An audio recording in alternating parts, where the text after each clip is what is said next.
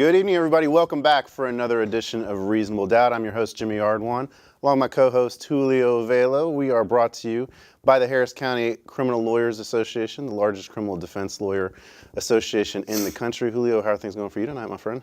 Wonderful. I'm in the trenches, fighting down deep, but good to be here.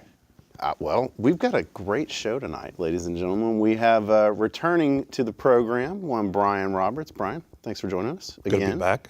Yeah, and of course, a multi-time appear on the program, and immediate past president, JoAnne Musick. JoAnne, thanks for being on the program tonight. Thanks for inviting me. Absolutely. We had to rearrange a little bit because we had another person who was scheduled to come on. They had to cancel at the last minute due to a family issue, but we'll get them on. We'll keep their name secret right now just so they don't try to run away. But boy, guys, it's been a good little last 24 hours around this table here. For those of you who don't know, we run a blog as part of our TV show. You can go to our website, www.hcclatv.com. Some of you who are regulars may very well know we post blog posts every week. Members of HCCLA get on there. They write very informative pieces, a lot of which get picked up by the Texas State Bar. They get run by the State Bar of Texas with permission. A lot of them get retweeted. A lot of them get posted by Facebook. They're excellent blog posts. And Brian Roberts, last week, posted and wrote an excellent piece. This is like your third excellent piece. Thank you. So, I mean, but this one had to deal with the struggles that we go through as a criminal lawyer, how we take on so much for our clients. I mean, it was a very well-written piece, and I think it really gave people insight into what it's like to be a criminal defense lawyer that most people don't realize. I don't think even a lot of lawyers who don't practice criminal law realize what it's like to take on all the problems. Julio, we discussed on the program. I mean, it was a wonderfully written piece. You've gotten a lot of compliments on it, as have many of the writers who have come in and written stuff for our blog. But it came to your attention that blog post had been misappropriated, stolen, Converted. and taken by another lawyer across the country and used for their own blog and their own LinkedIn page, I think. And basically, no attribution given to you. How did you find out about this? Or how was it drawn to your attention, and what did you do? Actually, I found out about it last night. I was I was headed to my son's football game, and I got tagged in a post by JoAnne. And so I opened it up, and I read it, and then I said, oh man, okay. So I sent her a text, and I said, all right, how do we handle this? And the reason I asked her is because JoAnne's had a number of her pieces taken by other firms, put on their websites without any attribution, promoted as their own material. And she said, you know what, this has happened so many times, I'll take care of it. We're already on it. And within minutes, she was responding to the lawyer who posted it. And when I woke up this morning, there was a full-blown Twitter war going on. I mean, Twitter war is exactly the right term. JoAnne, I mean, I saw the beginnings of this, and then I thought, oh, well, this is interesting. So I think you and I were texting this morning, and I said, I just can't set this down. I just keep looking for the next update. And this lawyer out of San Diego, Mary Prevost, I guess that's how you say her name, she just came at you full bore. She did. It was interesting because, you know, it's an HCCLA post. Mm-hmm. So written by Brian. He gives us permission to post those. He writes them for us. You know, his picture's there with it, his biographical information so people know how to contact the writer. And so I'm scrolling down Facebook, and up pops this National College for DUI Defense post that says, wonderful post written by Mary. And it has just the title, and it has a little ring of what I had just read from Brian. And so I thought, well, let me read this and see if somebody's got similar ideas. And all of a sudden I'm kind of doing a double take thinking, this isn't a similar idea, this is his post. There was an introductory paragraph and said, this is a great article, little click here, followed by his entire post. The very beginning said, written by Mary. The very end says, written by Mary. It's on her LinkedIn account. Nowhere is Brian mentioned. There is a click here. If you did bother to follow the click, you would see his post, but nowhere within her post is it indicated that this is written by Brian or by anybody other than herself.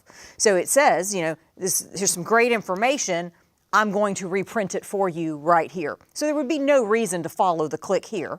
And it's reprinted in its entirety. In her defense, she says, well, she put quotation marks around it. And so, we had this Twitter conversation where I'm saying, quotes doesn't make it right. I can't post War and Peace on my blog, put a quote at the very front and a quote at the very end and say, this is a great story, you guys should read it. I think publishers, writers would be all over me. I think so. HCCLA is the publisher here. I don't think they want their content explored this way. Brian's the writer here. He doesn't want his content, taken and posted on somebody else's. So just sort of looking at it from that perspective, I challenged her on it, and I said, this isn't right. You've taken this post and you've made it appear as your own.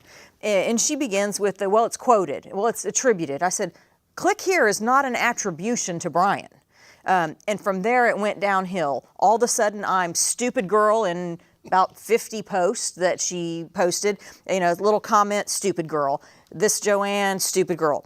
I wake up this morning to find there's, additional posts where she's snagged pictures from God knows where off the internet or wherever and said, even included your sad daughter. and lonely lawyer in Houston, she'll be cheap, call her.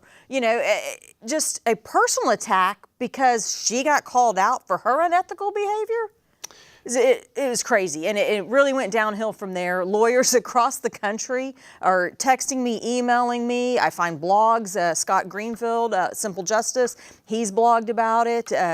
Lots of people have been talking about it all day long. Several people commented on her Twitter, and they got promptly blocked because she didn't want to hear their criticism of her activities. So, it went downhill from there.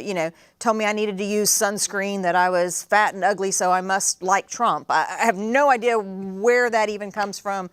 Just the most bizarre of Twitter war, if you will, that basically revealed a lot of information I think Ms. Prevost probably didn't want out there in the public. Her prior criminal history, her prior stalking behaviors, her bar complaints, her bar suspensions. Probably didn't really want to call attention to all that, but she did. And that was fed to me all day today. So it was just kind of interesting. And, I tried to be as cautious as possible by not engaging in that, other than simply pointing out this is right or this is wrong. It's just so tempting, though. I mean, we got. Oh, it's very tempting. It's very tempting. We got a barrage of tweets before we went on the air that I was tagged in, you were tagged in. I mean, it's just, and frankly, I've never been in a Twitter war before, so I'm kind of, I feel like I'm like one just foot new in. at this. I'm 1 foot in a Twitter war, and but it's like I told somebody today. I said, because you made a good point about Greenfield, he writes a blog that has huge national presence and gets picked up on everything. And I think he must have, I swear to God, the guy must never sleep, because that blog post was up this morning, and by noon, it was like the number 3 thing on Google if you Googled her name. Yes. which is incredible, but also amusing. But I don't want to spend too much time talking about her. But what I do find interesting about this, guys, is this has happened before with JoAnne, with your posts. It's happened with other posts from our blog. My wife runs a blog, nothing to do with legal stuff. She tweets about home decor and fashion, but and blogs about that. But there are people out there who steal her content and literally try to mimic her entire blog. And this, I know a lot of people this has happened to. In fact, I got a call from a friend of ours today who they run a business, and they had done a photo shoot for that business, and somebody else took the photo, cropped their logo out of it, and then posted it on their Instagram and slapped their logo and all their stuff on the photo that was taken from my friend's business. And so this is just, it's a real problem that's out there. And in today's world, I mean, we're creating a lot of content. We produce this show every week. We put it out there. We put the blog post out there. We put a lot of tweets out there, Facebook posts. And the misappropriation of people's original content is a real problem that I don't think is being sufficiently addressed in the legal system at this point. I mean, and I want to get you guys' thoughts, because the way I view it is it's theft, but it never gets prosecuted. Yeah, no, it's not going to get prosecuted. It is theft, but it's theft of their thoughts, of their words, Right. of their literary content, if you will, which is, kind of why you can't just republish somebody else's book and put your own cover on it. It's a copyright law more than a criminal law, so you don't see people prosecuted. But the copyright laws are there, but it takes years to effect a claim and work through the civil system. And so a lot of people just don't bother with it. And with as much content that's out there, whether it's blogs or Twitter or Facebook or Instagram, Snapchat, whatever, it's nearly impossible for someone to know their own materials being stolen. Right. I mean, that's the thing. You have to rely on, like you, Brian, you had to rely on somebody else telling you that this had been taken. Yeah, I had no idea. I had absolutely no idea until JoAnne turned me onto it. And what's frustrating, I'll tell you, from my standpoint, I never expected the article to be as popular as it was. And I actually had, I saw law firms in Dallas reposting, the tweet. I had a number of lawyers who know me here in Harris County, tell me, hey, that really struck a chord with me. I had a lawyer walk up to me in court the other day, but somebody I'd never seen before, and said, hey, are you Brian Roberts? And I said, yeah. And he said, I just read your post today. It's fantastic. He said, I shared it with everybody in my Facebook because it really strikes a chord, which, that's that means a lot to me, that something that I put out there struck a chord with that many people. And then when you turn around and have somebody take that and repost it as theirs, it's frustrating. Yeah, it is. We actually have, we've opened up the phone lines early.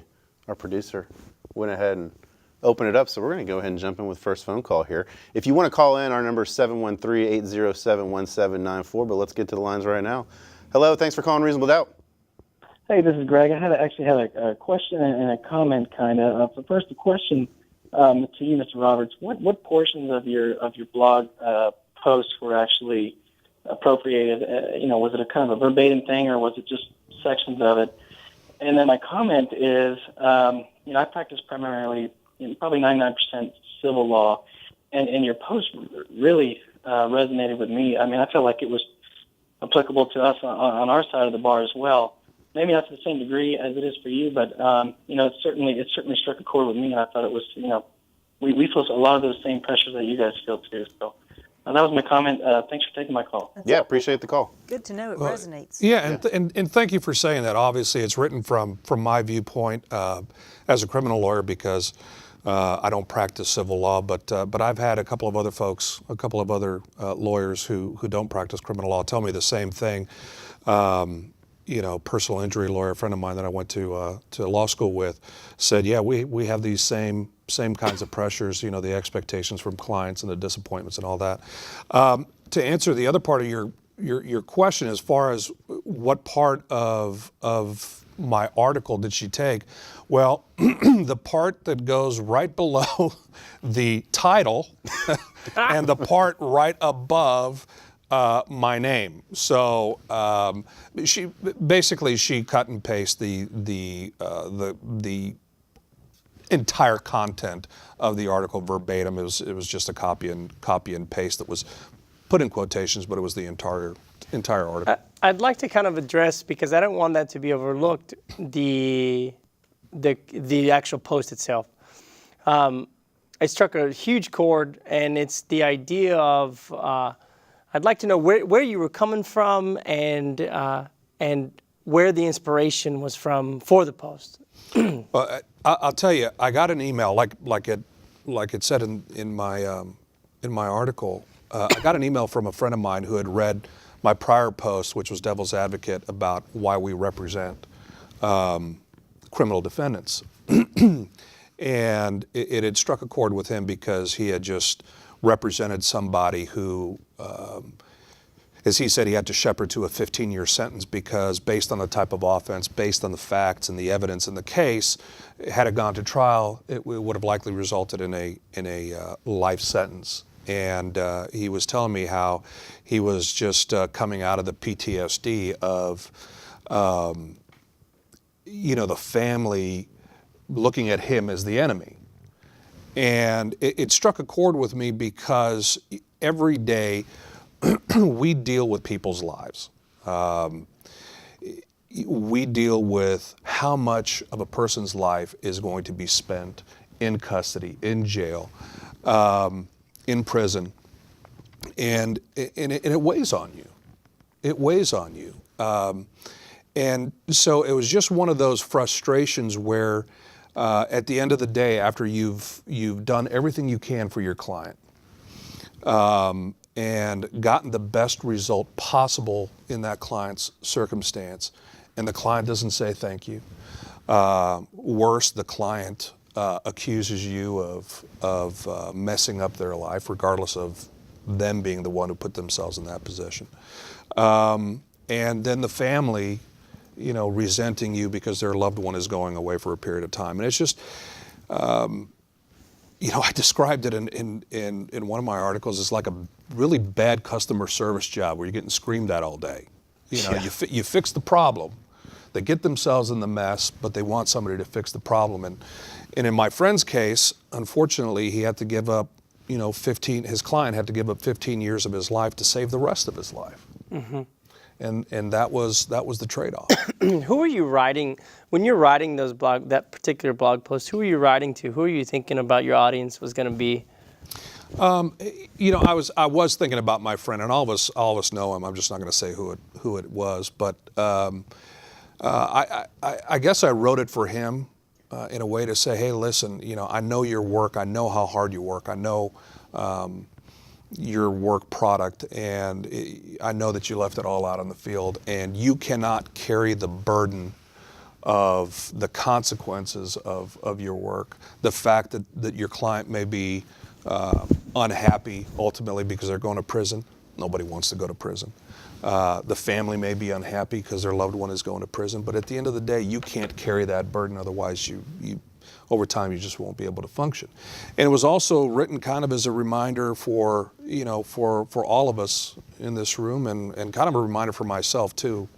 Say, hey, when you put in the work, and you got to be able to walk away from it at some point. As defense lawyers, and as lawyers in general, we represent individuals generally at the worst times of their lives. We come into contact with people who need help. They need a lawyer. And so, JoAnne, as you're a writer, I mean, you write a lot. You're a fabulous lawyer and a wonderful writer. How do you deal with the stress and emotions of dealing with this type of profession? Well, lots of ways. You try not to take it home. And that might mean I think we were all kind of talking about this the other day. 7 o'clock, 8 o'clock at night, we're all still sitting at the office. And that's not every single day, but that's a lot of days. So, you work through the problems, you work through your clients' problems, you carry those problems all day long. You wake up in the middle of the night with those problems, but I try to leave them at the office as best I can. It doesn't, always work that way. But, get home, get away from the office for a little bit, unplug, commiserate with fellow defense lawyers or non-lawyers even, just to sort of get a different perspective. And, you got to step back, and you got to, and that's part of like Brian was saying, doing the writing, it sort of puts it out there and gives you an outlet for letting go of some of that and hopefully helping somebody like your friend. You help them out, and so you feel a little bit better about that. You're able to help somebody. Yeah, I've always said we're in a business where we're not exactly selling iPhones. I mean, we're not selling something that people are lining up to come get. And I think that's the tough thing about it, people, they're not coming to us because they want to see us. They're coming to all lawyers. Unless you're a transactional lawyer and you're trying to get a business deal done, where both sides really want to get the deal done. If you're a criminal lawyer or a family lawyer or a personal injury lawyer or just any kind of civil litigator even, people are coming to you because something has gone desperately wrong in their life. They've been charged with a crime. They're going through a divorce. They're going through a child custody battle. They've been sued. They've been hit by an 18-wheeler. They're about to lose their business because some company is suing them. They're about to lose their house because their landlord's trying to evict them.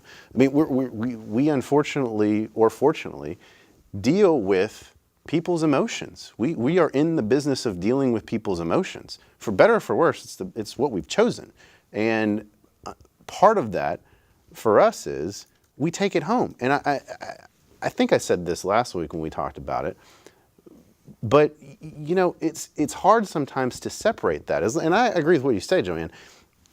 Try not to take it home. Right, yeah. But it always goes home. Well, it always goes home. It always goes home. You can be sitting there and your phone goes off because the client is texting, emailing, or a trial deadline or a court hearing the next morning. You can't turn that off and not think about it. Well, but even more so than that, I find the biggest problem for me sometimes is somebody will come to you, be it your wife, your child, a friend, your sibling, your parents, and they want to talk to you about a problem they're having. And you're just like, you've heard about people's problems all day long, and the majority of them are about 100 times worse than the problem that said family member is telling you about, And so the sad thing is, for us, the most important problem should be what our family members are telling us. But instead, I think that for the majority of us, the issue we have to deal with and the issue we have to grapple with is that the problems of our loved ones become almost inconsequential. And they get diminished because we're dealing with such big issues. When you've got a client who's facing 25 to life, when you've got a client who's facing a mandatory minimum of 20 years, or a mandatory life sentence, or they're going to get charges stacked against them, or any number of things that we see on a daily basis. That's really the struggle that I have sometimes. As defense lawyers, we're in court a lot more than maybe others, or maybe we just feel like we're in court a lot more than others. And every morning we're in there, and docket's at 9, and we don't get out of there at the earliest, at least over here in the way these courts are run, 1 o'clock. No matter if you have one case or if you have 10 cases, you're not getting out of there early if you're down there in the trenches fighting. And you walk into the courtroom, and if it's a felony court, everybody's in there charged with a felony. It's murder, it's rape, it's drugs. And if you're in a misdemeanor, it's assault, it's DWI, it's marijuana. And everybody is in the worst possible scenario in their life. And you get out at maybe 1 o'clock, and then you run into the office to conduct the rest of your business. And you need a moment to just decompress, because for about 4 or 5 hours, you're literally fighting for individuals' lives, and you're going 1,000 miles an hour. And then when my wife or some loved one calls and says, "Hey, where's the meat for tonight?" and you answer, and "It's in the fridge. That's where the meat is." And you got to realize, oh wait, yes, babe, it's there. Yeah. And you have to decompress. And or the Wi-Fi is not working. And you're like, really? But at the end, it's like My computer's not turning the on. Wi-Fi is not working. My email's not. It's like, I understand that is a huge problem. First world problems. Yeah. But here's the thing. That's first world problems. You have to realize, if you stop for a moment it's like being in an emergency room doc. After a while, I mean, you kind of get anesthetized to it because you have to be able to function through your day. But if you think about how surreal and just abnormal our job is, it truly is. You know, one of the things I was writing about in the piece was when you think about your friends who have normal jobs, you know, a realtor. You know, they take somebody around the house. Can you imagine yourself in this beautiful home? Look at this. You know, little Johnny can play out in the yard. You worry about getting the new listing. You worry about closing the sale. You worry about, you know, bringing new business in the door. It's only the occasional realtor who tries to sleep with the client in the house. Or in the house. Yeah, while getting high, by the way. But, and then you zoom into our morning. You're standing there next to some fella wearing orange. Okay, and they're reading probable cause about how he sexually molested his 3-year-old, or you're standing next to a 300-pound toothless woman who's charged with prostitution, or you're listening to how somebody killed 3 people. And then you go back to your office and you look at autopsy photos, scene photos. And then you go have lunch. It's not normal. No, it's not. And Yeah, you try. it's anything but normal. No, yeah, exactly. Do we got a phone? We got another call coming in. Let's jump over the phone lines, take the next call. Hello, welcome to Reasonable Doubt. Thanks for your call.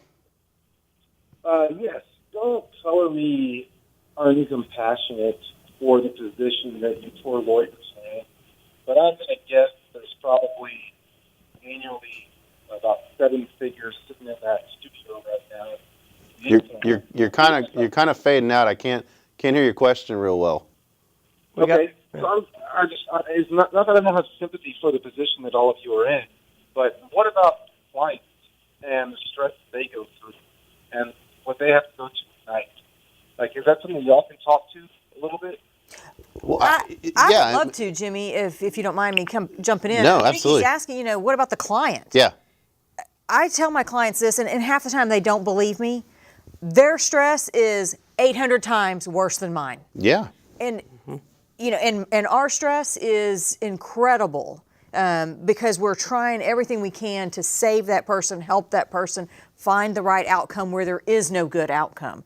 But they're the person that has to live inside a little jail cell. They're the person that has to, can't even hug their friends or family. They might get 1 visit a day if they're lucky, and that's cut to 20 minutes. They might get a phone call or 2 if they can afford, $25 a minute to make a phone call out of the jail. So these are people that, they lose their job, they lose their car, they lose their house because they're locked up. And they're facing being locked up even longer. So the clients and their families, their stress has to be 800 times worse than ours. No doubt. And so I try to consider that all the time, and I think most of us do. That's part of the stress. But but then that internalizes that, and it's like, oh my gosh, he's got all this. How do I fix not only the problem, but now fix his stress too? Because we're problem solvers. We want to solve all of those problems. Yeah, but the problem is what law school doesn't train you to be is it doesn't train you to be a psychiatrist or a psychologist, and unfortunately, some of the skills you need to deal with the stress that the clients are going through, you need those skills. Well, law school doesn't even teach you to be a lawyer. It teaches you how to pass the bar exam. Exactly. Okay, you learn how to be a lawyer once you go out those doors and get your ticket. It's nobody prepares you for the triage of dealing with criminal defendants. I'll say that we're going through this. The client is in the worst possible position in their life. We take it out on our families. We take it out on our own self. We take it out on our health. But it's those gems of times when we look to our client after a verdict is read or a case is dismissed, and we look to them in their eyes and tell them, you're free. And that moment is something that cannot be recreated in any segment of any other part of this reality of life. To look to an individual, to look at them and say, you can go home now. It's over. And that still gives me goosebumps and drives me to continue in this profession that, quite frankly, will eat you up and spit you out, and it's not for everybody. And quite frankly, can drive people crazy like the woman out in California. We got another call coming. Let's jump over and get to it. Hello, thanks for calling Reasonable Doubt. Hi guys. I had a question about something Julio said earlier about needing to get home and decompress, and somebody else reiterated that you need to anesthetize yourself on some of these things. And you're right in that you can't let it consume your life and bring it home and let it tax on your family. But at the same time, I feel like you kind of become less effective when you can completely just let it roll off your back, and you forget about caring about your client and making their problem your own. So my question is, how do you find that balance between, carrying that load on your shoulders all the time, and on the opposite end of the spectrum, just letting it roll off your back and not really caring at all? So where is that balance, and how do you guys find that? Well, I think that was the whole purpose of the article that I wrote, is that we're carrying the burden. We're constantly carrying the burden. I don't think I would ever say, you just have to not care about what your client's going through just so that you're not under stress. I think that any criminal lawyer who's worth their salt is going to carry that burden with them. The whole purpose of the article was to say, listen, if you do everything that you are supposed to do, if you fight as hard as you can for your client, if you leave it all out on the field and you've done everything that you've done, believe me, you're carrying a burden throughout that fight. It's when that fight is over and you've done everything that you can do that at some point you've got to let it go. So, the point is not, hey, anesthetize yourself, just go through the motions, don't worry about the client, worry about yourself. That is not at all what the purpose of the article is, and that's not what anybody at this table that's not the way that we think. That's not the way that we're made. And it goes to, if you look at the statistics, lawyers have one of the highest addiction rates of professions, divorce rates. We have some of the worst kind of personal reputations out there regarding our own personal health. We might be great at it, but we have the highest depression rates and these kind of things. And those are things that we deal with every day, and we have to. But at the same time, it's nothing compared to what the clients go through. And we choose to do it. We choose to be here. And I've been a lawyer. I'm 33 years old, so I'm nowhere near as seasoned. I mean, maybe not. Right. We're old and No, you're wait. young. Let me redo that. Let me redo that. Yeah. But it's just we try the best, and I think that it takes good mentorship, good bar associations, good people to continue to lift lawyers up and just try not to just fall off the deep end, because we know plenty of us do. Yeah. Brian, it was a great piece, and it really frustrates me that somebody would take it and try and pass it off as their own. But we're going to move on to some other stuff. But this is a great talk. I mean, this is the kind of stuff that helps us get through things like this, I think. But we need to move on. We need to talk about and circle back to last week's conversation, which was the Precinct 4 debacle. That's about the only way to describe it. For those of y'all who didn't catch the show last week, of course, the Precinct 4 Constable's Office, it was discovered, had thrown out a bunch of evidence in not just one drug case, but multiple drug cases. And it comes out that possibly hundreds of cases, not just drug cases, but other cases, could be affected by the destruction of evidence in Precinct 4. And so it looks like there is a criminal investigation going on, or at least some sort of investigation. I can't say whether it's criminal or not, although I've heard that word mentioned. But the interesting thing is, in all fairness, last week, Paul Morgan and Emily DeToto, who were on the verge of trying a case, got it dismissed because of the destruction of evidence. Paul came on. He was pretty hard on Justin Kiter, the prosecutor in his case. And in all fairness, we attempted to contact Justin to come on the show to respond to Paul's allegations last week. Justin wanted to come on the show. He told Julio he wanted to come on, but I don't think, and frankly, I don't fault them for doing this. If there is an investigation, I don't think the office gave him permission to come on the show. So I think in all fairness, people should know that Justin wanted to come on the show, talk about this, talk about his position, and we attempted to get him on the show. He wanted to, but just he couldn't do it. And frankly, I mean, I understand that, guys. If there's a criminal investigation or any type of internal investigation even going on, I find it really remote that anybody from the DA's office, the constable's office, or anybody within the law enforcement community is going to want to go on record and talk about a pending investigation into this stuff. Yeah, no, they're not going to. And I don't blame Justin for not being able to come on either.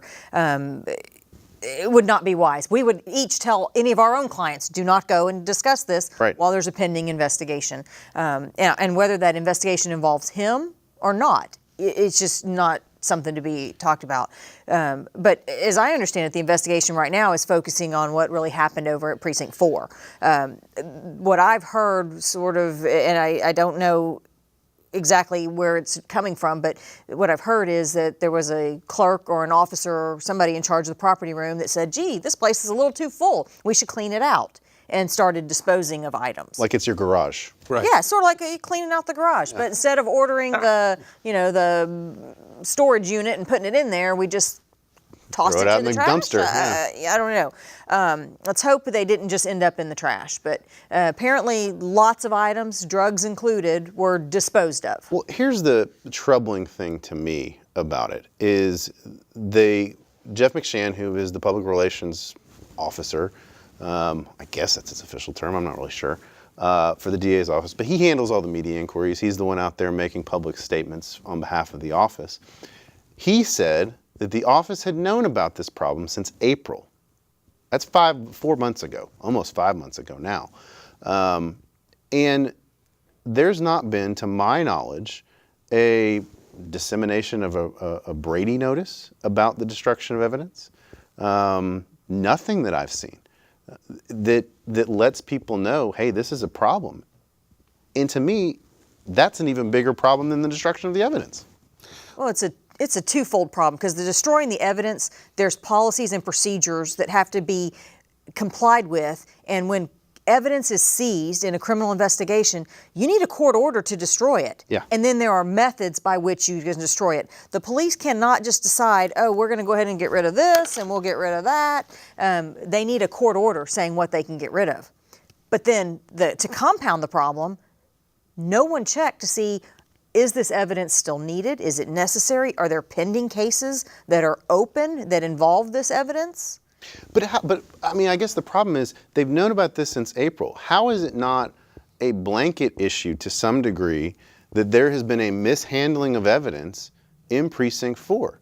I feel like that is, at a minimum, fruitful cross-examination material for any Precinct 4 case, whether they have evidence or not, because you should be able to cross-examine on the fact that this office has a problem with destroying or mishandling evidence. I agree. Absolutely.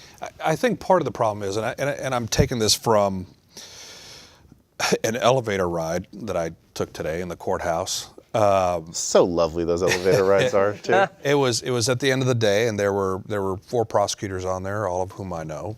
And I was minding my own business, looking at my phone, and then I heard them talking about this situation with Precinct 4 and how they're frustrated about it, and how media is coming after them. I wonder if there, and I think this is the situation based on what they said. I think there's a disconnect between the administration and the troops, and we don't know what they know. We don't know what they've been told, when they were told.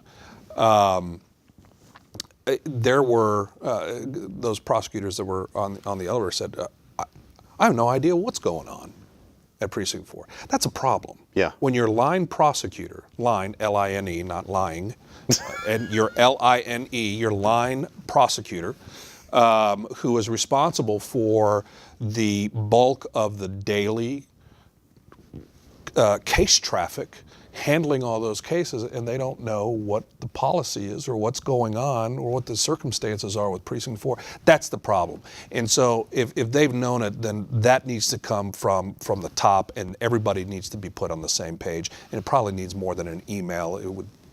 I think they need to have a staff meeting where this is thoroughly thrashed out. And we do know, we learned early this week, we learned that Devin Anderson had sent an email out on Friday of last week advising all prosecutors, hey, there's an issue. Do not proceed on these cases. Do not plead them. Do not go to trial on them until you talk to, and they named a few key people in the office.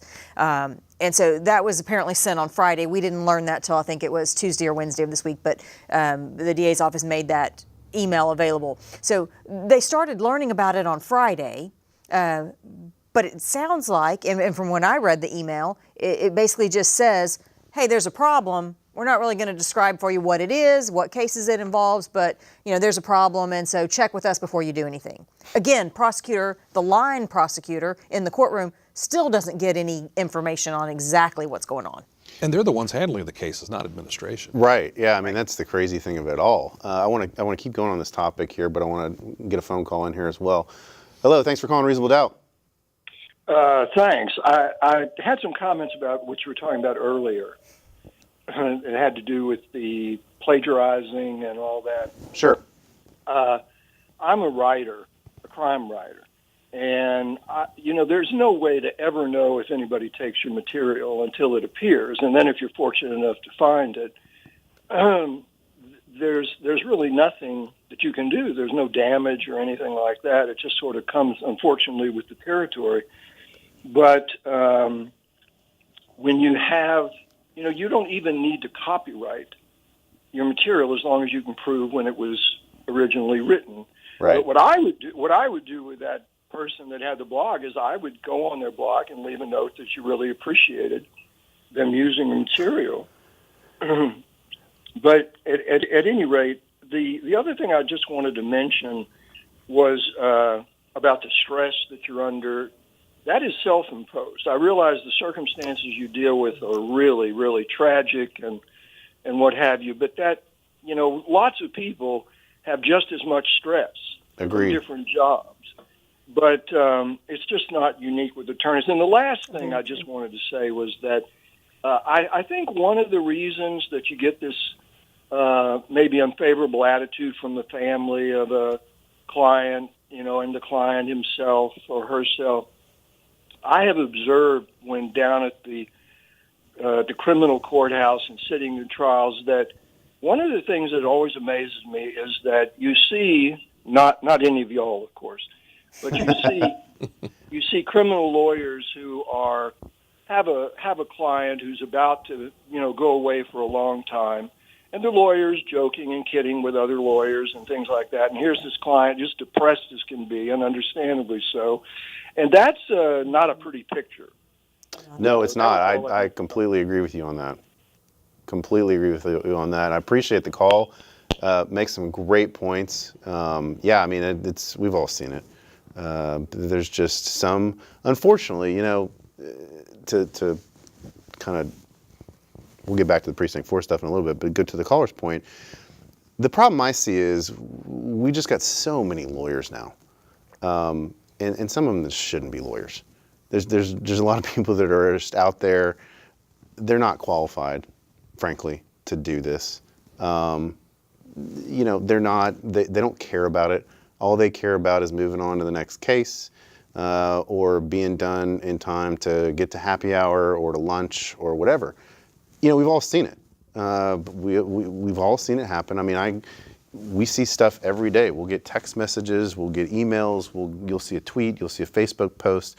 Oh my God, can't believe, somebody else is coming into criminal court to do a plea on a case that they have no idea about. I remember it was probably 7 or 8 years ago, so now, when Belinda Hill was actually Judge Belinda Hill on the 230th, and Rob Fickman and I were sitting in the jury box, and a lawyer we had never seen before at the courthouse. And you know who the regulars are. I mean, it's a pretty small crew, but we watched this lawyer go up there, and paperwork wasn't in order. He was stumbling through the plea colloquy with his client. I mean, and it's not exactly rocket science on some of this stuff, but Judge Hill was so frustrated and ended the plea because she could see that this lawyer was not qualified to even do a plea in criminal court, you know? And I mean, if you go to federal court, the judges, if they see you unqualified to do what you're doing, they'll order you to return the money. They'll order you to return your client's fee. And this has happened, I mean, where lawyers will show up over there for a sentencing, they won't file a sentencing memorandum, they won't file objections to the pre-sentence report. I mean, basic stuff that lawyers should do. And I've seen judges who have just said, you know what, we're not going forward with this. I'm going to take you off this case and remove you from this case, and I'm ordering you to give back the money. You know, so the caller makes some very good points. Additionally, I know one of the most important things that we can have in our profession is compassion and empathy. And I think that's exactly right. When an individual's on trial for his life or is about to embark on one of the most difficult journeys in the event that he's found guilty, or there's a plea agreement that may not be in his mind what he wanted, but it's the best and most appropriate and outcome that could have possibly have been reached. When us as attorneys, at that moment, it's most important for us to have compassion and empathy for the client, and to not, and I've seen it, and we've all seen it, to not go around and make jokes with the prosecution or to make light of the situation. I think it's so important for us as attorneys to know that this is the most important day, quite possibly, of the client's life, and to treat it as such, and to not only that, but to also honor what the courtroom stands for and what it's meant to be, which is, at least in my view, holy. It's a period, it's a moment of someone's life that should be regarded in the highest respects, and so I agree with that. Yeah. If I can just say quickly, like you said, Jimmy, just comparing it over to federal court, you do not see the laughing and going on over in federal court that you see in our state courts. Exactly. Well, and I should say particularly Harris County State Court. It goes back to what Julio was saying. There's no decorum in the courtroom right now. You know, it's the prosecutors, it's the defense attorneys, it's the bailiffs, it's the court coordinator, it's the entire staff, because we all know each other. And so we're at work every day. When other people step out and talk at the water cooler, that's what's happening in our courtrooms, and it shouldn't. But I feel like in some regards, our state courthouse is almost like high school. I really do. I mean, there's just so much that goes on that it's almost like sometimes it's not the practice of law. Where, in the way it's set up, where the defendants all come in, they sit in the audience, the files are out on the table, lawyers are... It's a workroom, it's not a courtroom. Right, and the lawyers are trying to negotiate with prosecutors. We're standing in line, you know, like we're trying to go through the checkout line at Kroger to try and, you know, see if we can make a deal. You know, let's make a deal, price is right kind of thing. And that's not the way it should be done. You know, it shouldn't be that way, where you're negotiating on behalf of your client in front of not just your client, but 100 strangers, you know? And I've had, I mean, you know, prosecutors who are now on the defense side, who are friends of mine, but in their younger days when they're first off, you know, I mean, they'll shout in the courtroom to try and make a point. About what they're offering the client. I just think it's sometimes stuff like that becomes unprofessional. I mean, like I said, you're dealing with people's lives, and stuff like that's I just don't think there's a place for it. I really don't. But going back to Precinct 4. Yeah, getting back to Precinct 4. So, you know, last week we received an email, or there was some sort of email sent out. Do not plea, do not trial any case dealing with Precinct 4. Check with your superior. What about people in custody? I mean... That's a good question, because the email did not address what to do with the people who are in custody. Mm-hmm. I think it sort of assumed that basically cases are going to get reset. Unless you're like forced to go to trial that day, the prosecutor should have been requesting a reset to give them time to figure out, do we have evidence? Is this one of the cases affected? And as Jimmy said earlier, it really is every single case that's affected. Yeah. Even if the drugs or the evidence were not destroyed or tampered with in that case, it brings into question the entire precinct 4 property room, and chain of custody is huge in every single case. So that's fair cross-examination material that you can't keep a proper property room. Yeah, I mean, if the property room was so full that somebody felt like they had to go in with their big old garage brush and just push everything out, shouldn't we be able to cross-examine them on, okay, well, if the property room was so full, what'd you do the stuff with stacking up? Where'd you store it? Did you just put it out on the driveway and let it sit in the sun? Did you put it in? Did you toss it in a trash bin? Yeah. Like, where were you holding it? And that's the thing. We often talk about, and we casually refer to it as Brady.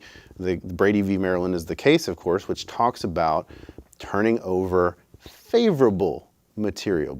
Or cross-examination material. Right, and everybody confuses it that it's supposed to be, and I think prosecutors get it confused, and they feel like it's supposed to be stuff that only exonerates the defendant. It's not. It's supposed to be anything that is favorable for the defendant. You're supposed to turn it over. It's not just or about potentially exculpatory. Like, it could be, not according to their own terms. But it's not just limited to that, is the point. Right. And so, that's another disconnect we seem to be having. You talked about the disconnect between the supervisors and the high-level staff and the LINE prosecutors. I think there's a disconnect in how Brady's being taught. Oh, there is no doubt. There's no doubt in my mind how Brady's being taught. I think, we've seen it, and you see it mostly in the misdemeanor courts, but I think the DA's office has really fallen down on the training of its prosecutors. And, there's a lot of, don't get me wrong, there's a lot of excellent prosecutors there. There's a lot of prosecutors that I deal with, JoAnne deals with, all of us deal with every day, who we trust, who we know they do an excellent job, who, they keep their word, and there's no question about it. But there's others that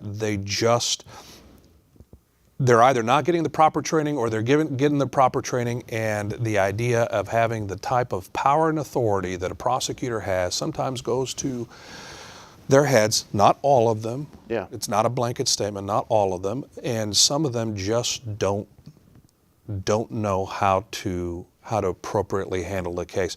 One of the lawyers that I worked for, who's a supervisor, one of my supervisors at the DA's office, said, just give them everything. Yeah. Look, give them everything, because ultimately, if you do everything right, the right result will happen. Whatever that result is, the right result will happen. Exactly. There's never going to be the issue of, well, you didn't show me this and I never saw that. Give them everything. And one thing that I would tell lawyers who have precinct 4 cases, specifically if they're worried about whether or not their evidence is there, file a motion to inspect and photograph evidence in your client's case. Go to the property room. Let them show you your client's evidence. Have your investigator photograph it, inspect it, ensure that is tied to your client. And if it's not there, that's a problem. But that's one way of handling it up front. Yeah. I want to ask you guys, because I heard something about it, that potentially on these cases that are being dismissed, that the DA's office was going to oppose expunctions. Is that true? I've heard lawyers reporting that is their position. I don't know if it's true, but lawyers have reported that they have contacted the general counsel and that they've been told, we're going to oppose your expunction. Not a party to that conversation, but that's what some lawyers are reporting. Do we know what basis that they've been told that they're going to oppose the expunction? Because it seems to me it'd be like just any other case where it's dismissed, you should be entitled to. Well, and that's the catch, though. You're not always entitled to an expunction on a dismissal. If it's a certain type of case. You're only entitled to the expunction on the dismissal once the statute of limitations has run. Right. And so I think that's the position they're giving right now is, well, as far as we're concerned, we believed you were guilty. We just can't prove it right now, but we're going to hold this file open and over your head until the statute of limitations runs 2, 3, 4 years, and then we'll let you expunge it if we don't come back up with I don't have a problem with that, but the way I understood that's what they're saying. That's what I was told. Okay. I mean, that's consistent with the law. It's very consistent with the law. So they are opposing it, but you would think that I would think in this particular situation, they would make an exception to that Yeah. and say, you know what, because of some police misconduct, the accused is going to get the benefit of the doubt, and we're going to go ahead and let them get it expunged. Especially in cases where they know they can't make the case. For example, if there's no dope, they know that regardless if they hold it up for 2, 3, 4, 5 years, It's never going to come back. it's never going to happen. But here's Right. okay. So I agree with you on that. But legally, how do you think that would play out in the courts? I mean, if you bring it statutorily, you're probably not entitled to it. So, I mean, if a judge grants it, let's say one of the civil court judges agrees with you, Julio. You go make that argument, just like you said, Judge. There's no dope. It doesn't matter if the statute runs. There's still, whether or not they try to refile tomorrow or right before the statute of limitations run, this isn't going to change. They have no dope. They cannot bring any evidence, so we should be entitled to an expunction. My question to y'all is, let's assume two things. One, what do you think the legal grounds are for the judge to grant it? And if he does the state then have a right to appeal that? And would it hold up? Or is it That's a void an interesting order? question. I don't think it's a void order. No. I think it would be potentially appealable. I think the Absolutely. state could appeal that decision and try to overturn it. But, I mean, I will say, I've had cases where the state did not agree to an expunction. We went over to civil court. We had a little hearing in front of the judge. Some cases, the judge granted the expunction anyway over the state's objection. Mm-hmm. Sometimes they didn't. I've not known the state to appeal that when they lose that. But, I think the difference here is the position right now, as I understand it, is very consistent with the law. It's very consistent with the DA's position in most every case. Wait till the statute of limitations runs. But we do have all these other exceptions to where the DA's office does agree despite the statute having run. I mean, Or having not run. We don't have too much time left either. This episode is going by quickly.